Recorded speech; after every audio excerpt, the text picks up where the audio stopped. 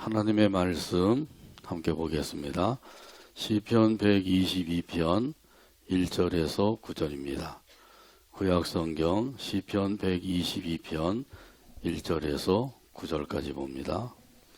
사람이 내게 말하기를 여호와의 집에 올라가자 할 때에 내가 기뻐하였도다. 예루살렘아, 우리 발이 내 성문 안에 섰도다. 예루살렘아, 너는 잘 짜여진 성읍과 같이 건설되었도다. 지파들 곧 여호와의 지파들이 여호와의 이름에 감사하려고 이스라엘의 전례대로 그리로 올라가는도다. 거기에 심판의 보좌를 두셨으니 곧 다윗의 집의 보좌로다. 예루살렘을 위하여 평안을 구하라. 예루살렘을 사랑하는 자는 형통하리로다. 내 성 안에는 평안이 있고 내 궁중에는 형통함이 있을지어다. 내가 내 형제와 친구를 위하여 이제 말하리니 내 가운데에 평안이 있을지어다. 여호와 우리 하나님의 집을 위하여 내가 너를 위하여 복을 구하리로다. 아멘. 찬양대의 찬양으로 하나님께 영광을 돌리고 또 함께 화답하면서 은혜 나눕니다.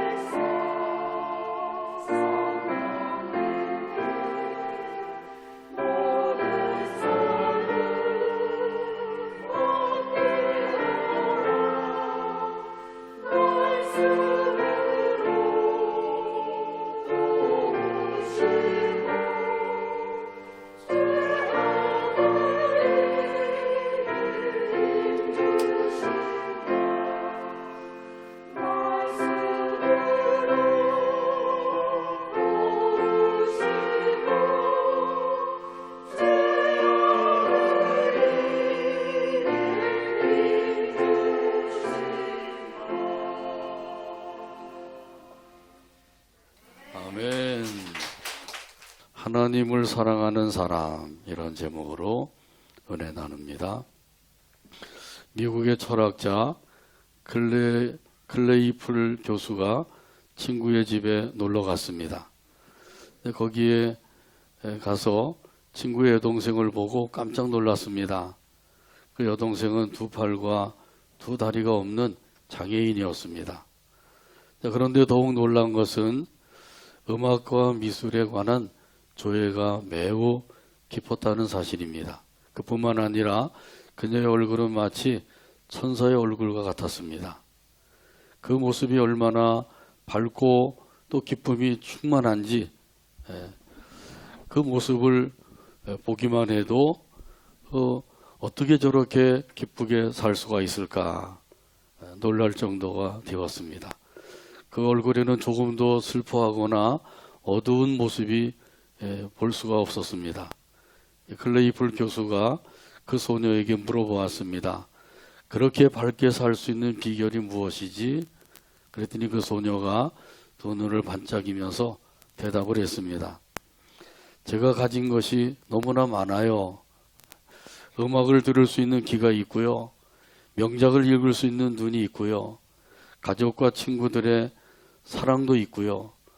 무엇보다도 소중한 것은 내 마음속에 있는 하나님의 사랑이 있어요.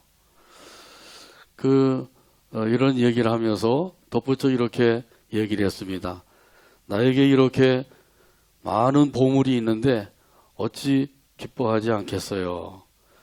이 클레이풀 교수는 이 소녀의 말을 듣고 크게 충격을 받았습니다.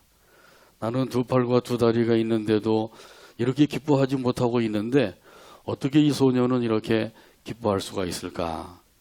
그것을 하나님의 사랑이 그 마음속에 있기 때문이라고 하는 사실을 깨닫게 된 것이에요. 그리고 하나님의 위대한 사랑을 깨닫고 복음을 믿게 되었다고 합니다. 할렐루야. 이 하나님의 사랑을 받은 사람은 또한 하나님을 사랑하게 됩니다. 하나님을 사랑하는 그 사람의 그 삶이 어떻게 나타나는지 오늘 본문 1절에 보면 말씀해주고 있습니다. 사람이 내게 말하기를 여호와의 집에 올라가자 할 그때에 내가 기뻐하였도다.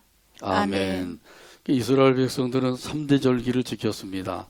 3대 절기 하면 유월절, 맥추절, 초막절, 요 세 절기이죠. 이때가 되면 그 이스라엘 백성들은 어디에 살든지 절기를 지키러 예루살렘으로 모입니다. 먼 지방에 살든지 외국에 살든지 그 절기를 지키기 위해서 예루살렘으로 모여드는 거예요. 그때가 되면 서로 권면합니다. 여호와의 집에 올라가자. 여호와의 집으로 올라갑시다. 이렇게 권면하는 거예요. 시편 기자는 이 말을 들을 때 기뻐했다고 말씀하고 있어요. 그래서 오늘 본문에 보게 되면 여호와의 집에 올라가자 할 때에 내가 기뻐하였도다. 내가 기뻐하였도다. 할렐루야. 이 시편 기자인 다윗이 이렇게 기뻐하는 까닭이 무엇일까요? 그것은 하나님 앞에 나가서 예배할 수 있다고 하는 것이에요.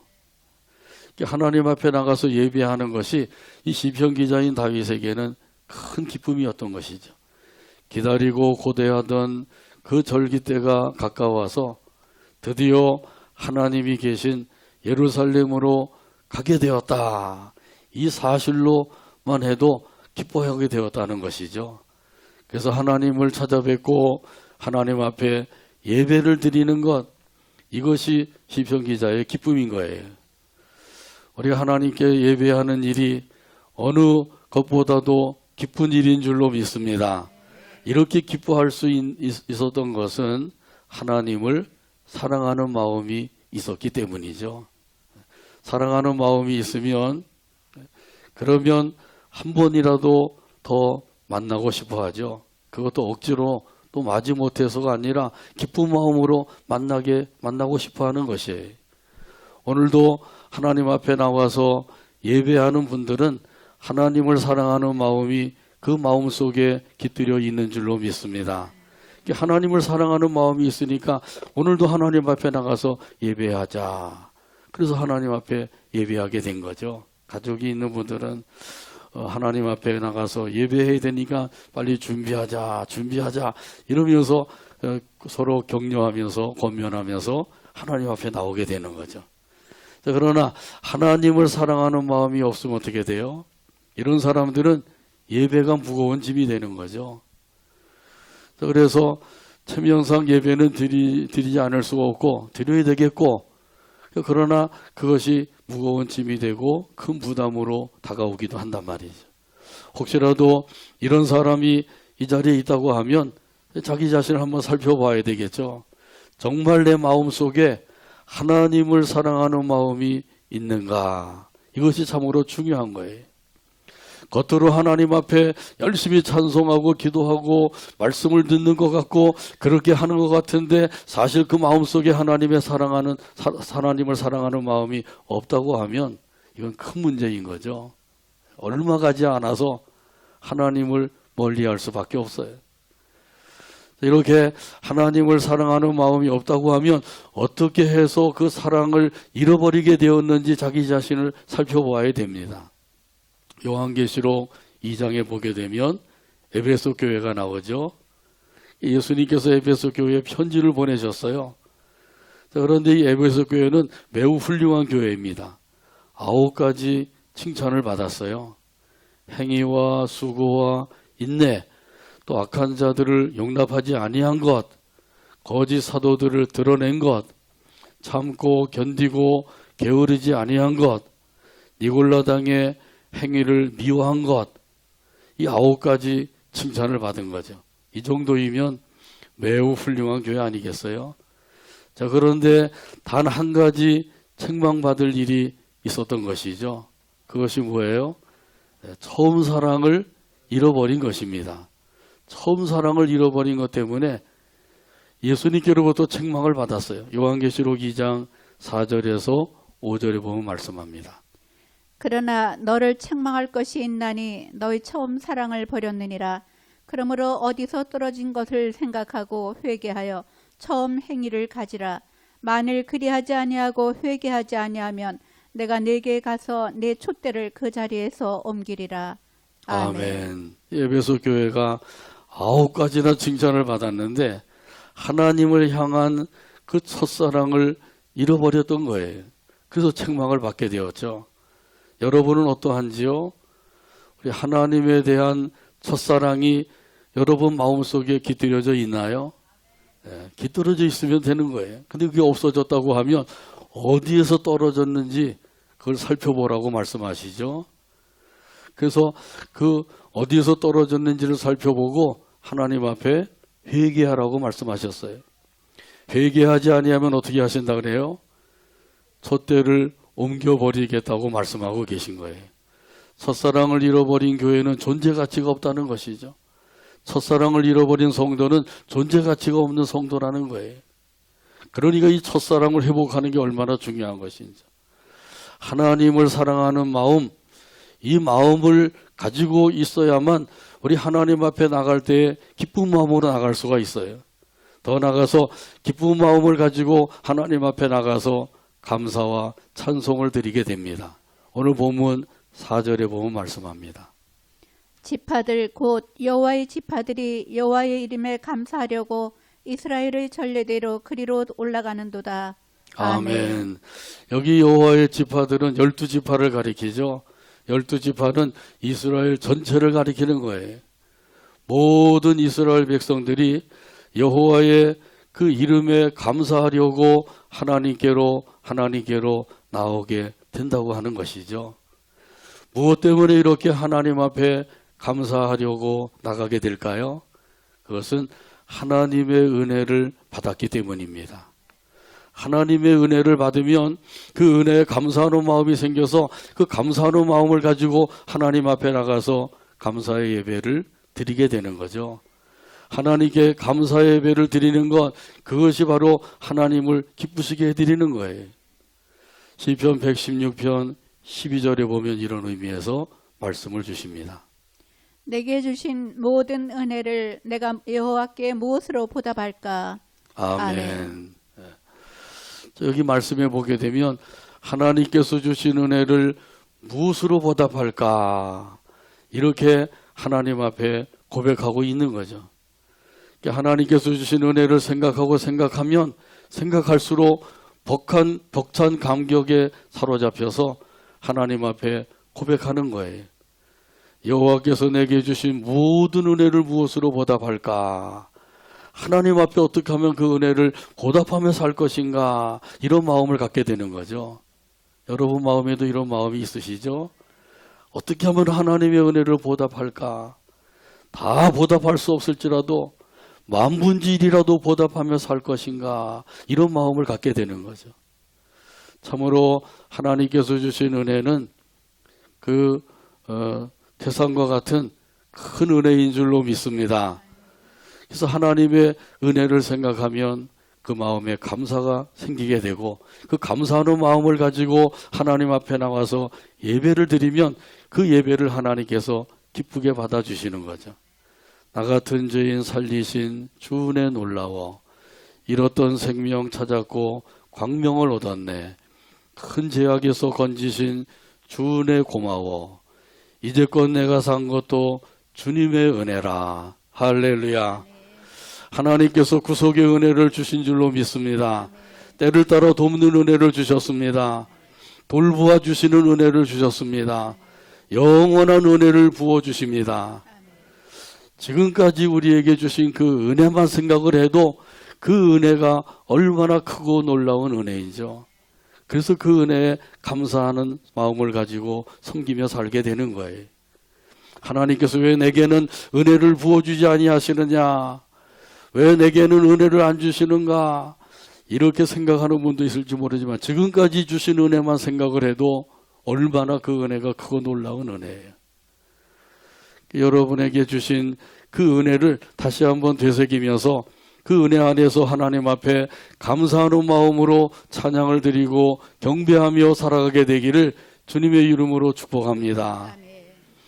이렇게 감사하는 마음으로 하나님 앞에 예배 드리는 것이 우리 하나님을 기쁘시게 해드리고 하나님께 영광을 돌리는 것이라고 말씀하셔요.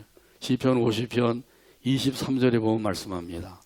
감사로 제사를 드리는 자가 나를 영화롭게 하나니 그의 행위를 옳게 하는 자에게 내가 하나님의 구원을 보이리라. 아멘. 감사로 예배를 드려서 하나님께 영광 돌리며 살아가게 되기를 간절히 바랍니다. 찬송가 310장 1절에 보면 이런 가사가 있어요. 아, 하나님의 은혜로 있을 데 없는 자 왜 구속하여 주는지 난 알 수 없도다. 310장 1절 가사를 생각하면서 함께 찬양합니다.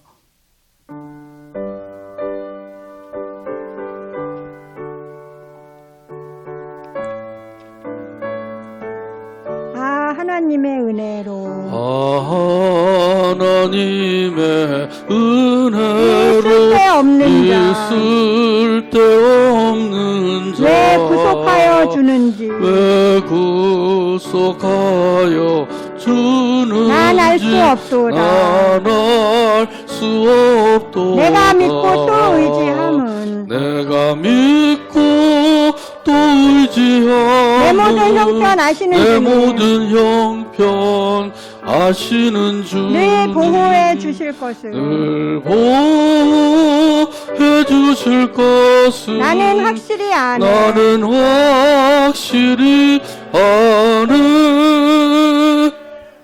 아멘. 아, 하나님의 은혜. 하나님의 은혜는 참으로 크고 놀라운 은혜입니다. 측량할 수 없는 은혜입니다.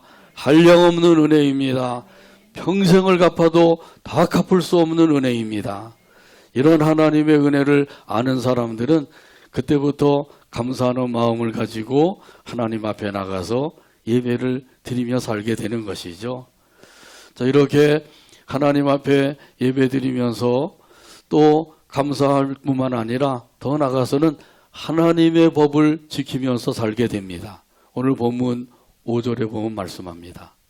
거기에 심판의 보좌를 두셨으니 곧 다윗의 집의 보좌로다. 아멘. 여기에 심판의 보좌를 두셨다고 말씀하셨는데 거기라고 하는 것은 예루살렘을 가리키죠. 그리고 예루살렘 안에는 심판의 보좌가 있다고 그랬어요. 여기 심판의 보좌는 그 재판장의 자리를 가리키는 겁니다. 재판장이 재판석에 앉아서 그래서 하는 일이 있어요. 그것은 하나님의 법을 따라서 판결을 내리는 것입니다.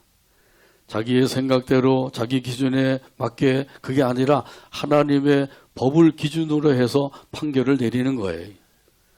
이런 재판장이 되면은 그 재판장이 있는 곳에는 하나님의 법이 세워지게 되고 백성들도 하나님의 법을 지키면서 살게 되는 거죠.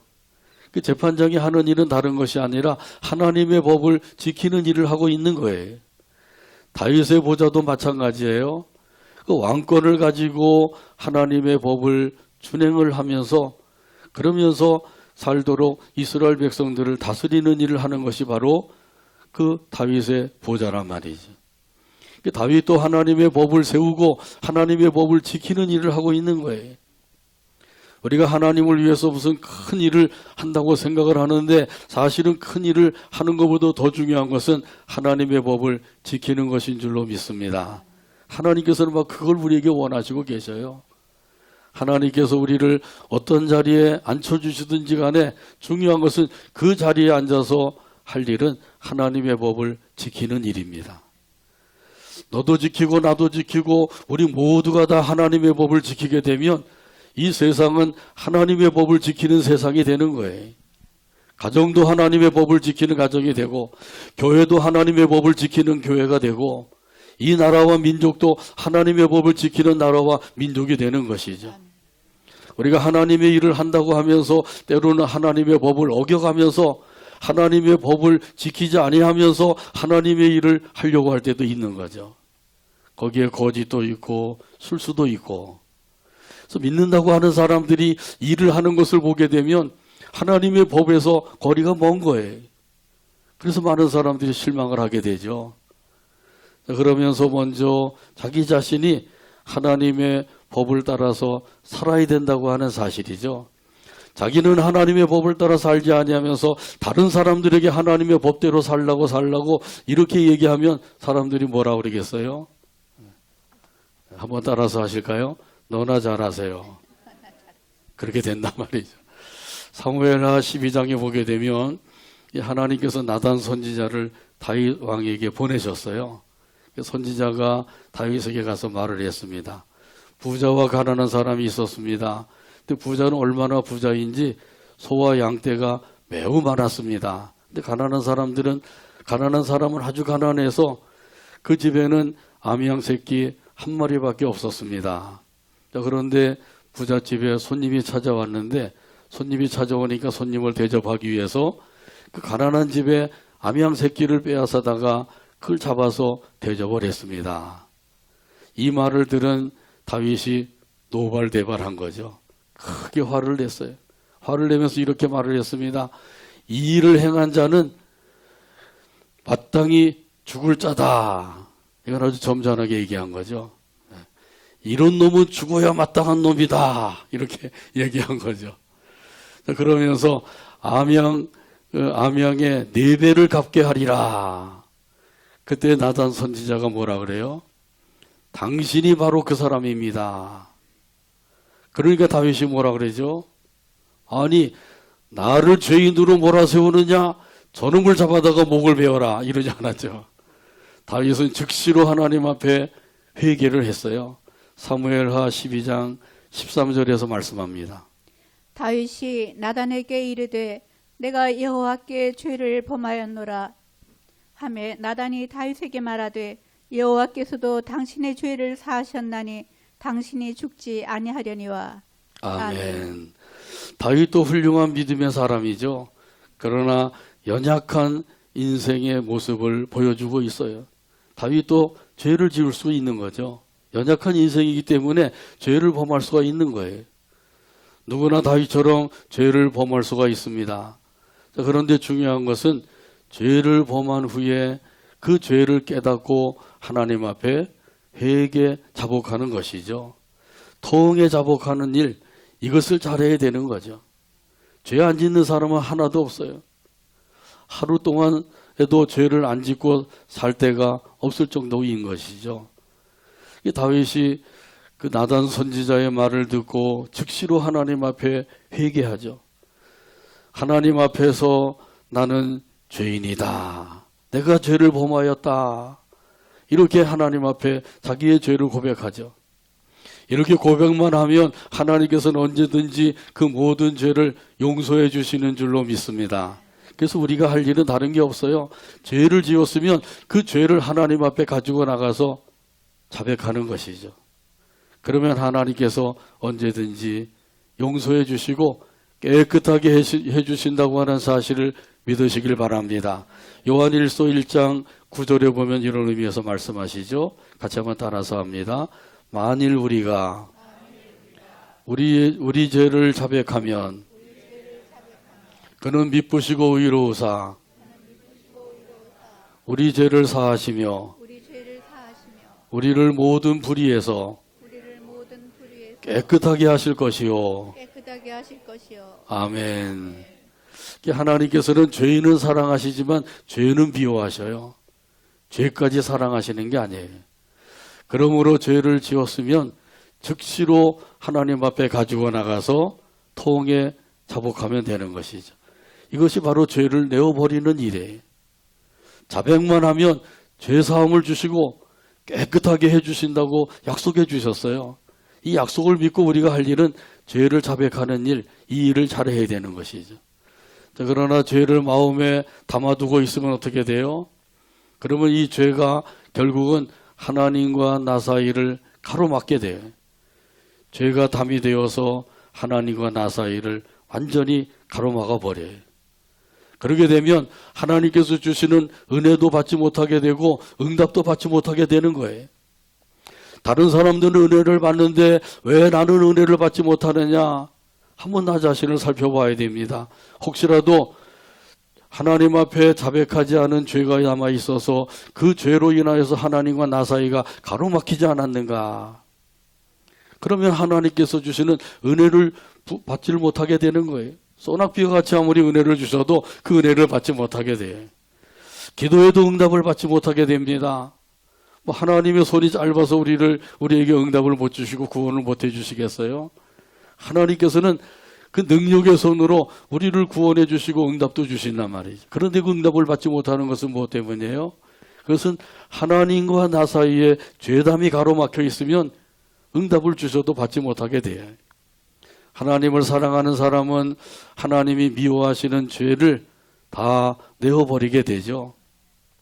그래서 하나님이 그 기뻐하시는 대로 죄를 다 내어버리고 하나님의 법을 따라서 살게 됩니다. 더 나아가서 하나님 앞에 엎드려 기도하게 되죠. 오늘 본문 6절에 보면 말씀합니다. 예루살렘을 위하여 평안을 구하라. 예루살렘을 사랑하는 자는 형통하리로다. 아멘. 예루살렘을 위하여 평안을 구하라. 여기 예루살렘은 성전이 있는 곳이죠. 이 성전은 하나님의 집이에요. 하나님의 집을 위하여 평안을 구하라. 평안을 구하라고 말씀하고 있는 거예요. 이 하나님을 사랑하는 사람들은 하나님의 집인 교회의 평안을 위해서 기도하게 됩니다. 하나님을 사랑하는 마음이 있기 때문에 하나님의 집이 평안하기를 구하는 것이죠. 그래서 하나님의 집이 평안하게 되면 그 평안이 그 성도들의 가정에도 임하게 됩니다. 성도들의 가정에 평안이 임하게 되면 그 가족들은 다 평안을 누리면서 살게 되는 거죠. 예수님께서 말씀하셨습니다. 내가 너희에게 평안을 끼치노라. 내가 너희에게 주는 평안은 세상이 주는 것과 같이 아니하니라. 세상이 주는 평안이 아니라 예수님께서 주시는 참된 평안함이 교회 가운데 가득 차게 되면 그 가득 찬 평안이 가정에도 성도들에게도 임하게 되는 줄로 믿습니다. 그래서 이 교회의 평안을 구한다고 하는 것은 결국은 나의 평안을 구하는 것이 되는 거예요. 하나님의 집인 교회가 평안하기를 구하는 사람, 이런 사람이야말로 하나님을 사랑하는 사람이죠. 그래서 하나님의 집인 교회는 그리스도의 몸이라고 그랬어요. 이 그리스도의 몸은 곧 그리스도예요. 예수님이란 말이죠. 우리 예수님을 사랑한다고 하면 예수님의 집이 평안하기를 구하게 되는 거죠. 하나님의 집인 교회의 평안함을 구하는 사람은 하나님을 사랑하는 사람이에요. 그리고 여기 보면 아주 중요한 말씀이 나오죠. 그것은 예루살렘을 사랑하는 자는 형통하리로다. 할렐루야. 할렐루야. 예루살렘을 사랑하는 자는 형통할 것이라고 말씀하셔요. 여기 예루살렘을 사랑한다고 하는 건 이것은 곧 하나님을 사랑하는 것을 의미하는 것이죠. 예루살렘 안에는 성전이 있고 그 성전은 하나님의 집이고 그 안에 하나님이 계신 거예요. 그래서 하나님을 사랑하는 것을 의미하는 것이죠. 하나님을 사랑하는 자는 형통하리로다. 이렇게 말씀하시는 거예요. 형통한다고 하는 것은 뭐예요? 번영한다고 하는 뜻이죠. 하나님께서는 하나님을 사랑하는 자를 더욱더 사랑해 주시는 줄로 믿습니다. 시편 91편 14절에 보게 되면 이런 말씀이 기록되어 있습니다. 하나님이 이르시되 그가 나를 사랑한즉 내가 그를 건지리라. 그가 내 이름을 안즉 내가 그를 높이리라. 아멘. 하나님을 사랑하는 자를 어떻게 하신다 그래요? 건져주신다고 말씀하시죠. 깊은 수렁에 빠져 있다고 할지라도 거기서 건져주시는 거예요. 하나님이 건져주시면 수렁에 빠져 있는 것이 문제가 되는 게 아닙니다. 문제는 뭐예요? 하나님을 사랑하지 않는 것이죠. 하나님을 사랑하는 마음을 가지고 그리고 기도하는 사람을 하나님께서는 반드시 그 수렁에서 건져주시는 줄로 믿습니다. 환난에서도 건져주십니다. 죄악에서도 건져주십니다. 지옥불 가운데서도 건져주십니다. 그러니 우리가 어떠한 처지에 어떤 환경에 놓였다고 할지라도 그게 중요한 것이 아니라 진짜 중요한 것은 하나님을 사랑하는 마음이 있는가, 이것이 중요한 것이죠. 하나님을 사랑하는 마음이 있으면 이런 사람들 반드시 하나님께서 그 가운데서 건져주시기 때문이에요. 더 나아가서 천대까지 은혜를 부어주신다고 약속을 해주셨어요. 신명기 7장 9절에 보면 말씀합니다.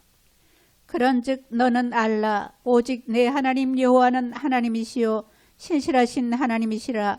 그를 사랑하고 그의 계명을 지키는 자에게는 천대까지 그의 언약을 이행하시며 인애를 베푸시되. 아멘. 천대까지 언약을 이행해 주신다고 약속해 주셨어요. 여기 언약이라고 하는 것은 온갖 긍휼과 풍성한 은혜를 주신다고 하는 약속이에요. 온갖 긍휼과 풍성한 은혜를 주신다고 하는 약속이란 말이죠. 이런 그 긍휼과 은혜를 부어주시겠다. 언제까지요? 천대까지 부어주시겠다고 약속해 주셨어요. 어떤 사람에게 그렇게 하신다고요? 하나님을 사랑하는 사람에게 그렇게 은혜를 부어주시고 그리고 더 나아가서 긍휼을 부어주신다고 약속해 주신 거예요. 그러므로 더욱더 하나님을 사랑하며 살아가게 되기를 간절히 바랍니다. 하나님을 사랑하는 마음으로 평안을 구하고 복을 구하게 되면 하나님께서 들으시고 응답해 주시는 거예요. 그래서 하나님을 사랑하는 마음이 있는가 없는가 이것이 참으로 중요하다고 하는 사실이죠. 여러분 마음속에 정말 하나님을 사랑하는 마음이 있으신가요? 몇 분들은 계신 것 같은데요. 하나님을 사랑하는 마음을 더욱더 갖게 되기를 간절히 바랍니다. 그런 가운데서 하나님 앞에 평화를 구하고 복을 구하게 되면 하나님께서 응답을 주셔요. 이런 의미에서 오늘 본문 9절 말씀 찾아서 같이 한 목소리를 읽고 오늘 말씀을 맺습니다. 여호와 우리 하나님의 집을 위하여 내가 너를 너를 위하여 구하여 복을 구하리로다. 구하리로다. 아멘. 아멘. 기도합니다. 하나님 아버지 감사합니다. 오늘도 사랑으로 인도하셔서 아버지 앞에 나와 영광 돌리게 하여 주시고 말씀을 받게 하여 주시니 감사합니다. 주신 말씀대로 하나님을 사랑하는 자들을 하나님께서 사랑해 주시고 건져주시고 평안도 주시고 복도 주시고 형통케 하여 주신다고 약속하신 것을 믿사오니 이 믿음을 가지고 더욱더 하나님을 사랑하며 살아가는 우리 모두가 되게 하여 주시옵소서. 예수님의 이름으로 기도하옵나이다. 아멘.